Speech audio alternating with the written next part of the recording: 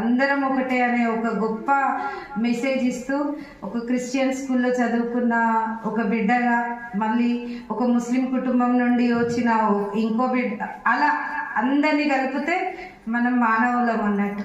అలాంటి ఏమంటారు సోదర భావంతో అందరూ ఉండాలని మనస్ఫూర్తిగా కోరుకుంటున్నాను. ఇంకొకటి, మన క్రీస్తు ఏమని చెప్పారు, శాంతిని ప్రతి దగ్గర మనము స్థాపించాలి. ఎక్కడికి వెళ్ళినా రెండు గొడవలు అవుతుంటే నాకేంది అని మనం అనుకుంటే ఆ గొడవ ఇంకెక్కువయ్యి వాళ్ళ మధ్యలో ఇంకా విభేదాలు ఎక్కువయ్యి ఒక నెగటివ్ ఎక్కువ పోతుంది, వాడికి దైవ భయం ఉండదు. కానీ నేను ఎప్పుడో అనుకుంటాను, ఒకరు తప్పు చేస్తుంటే లేదు చేయకండి అని ఒక మంచి మాటతో వాళ్ళను చేంజ్ చేసే వాళ్ళు చాలా గొప్ప వాళ్ళు.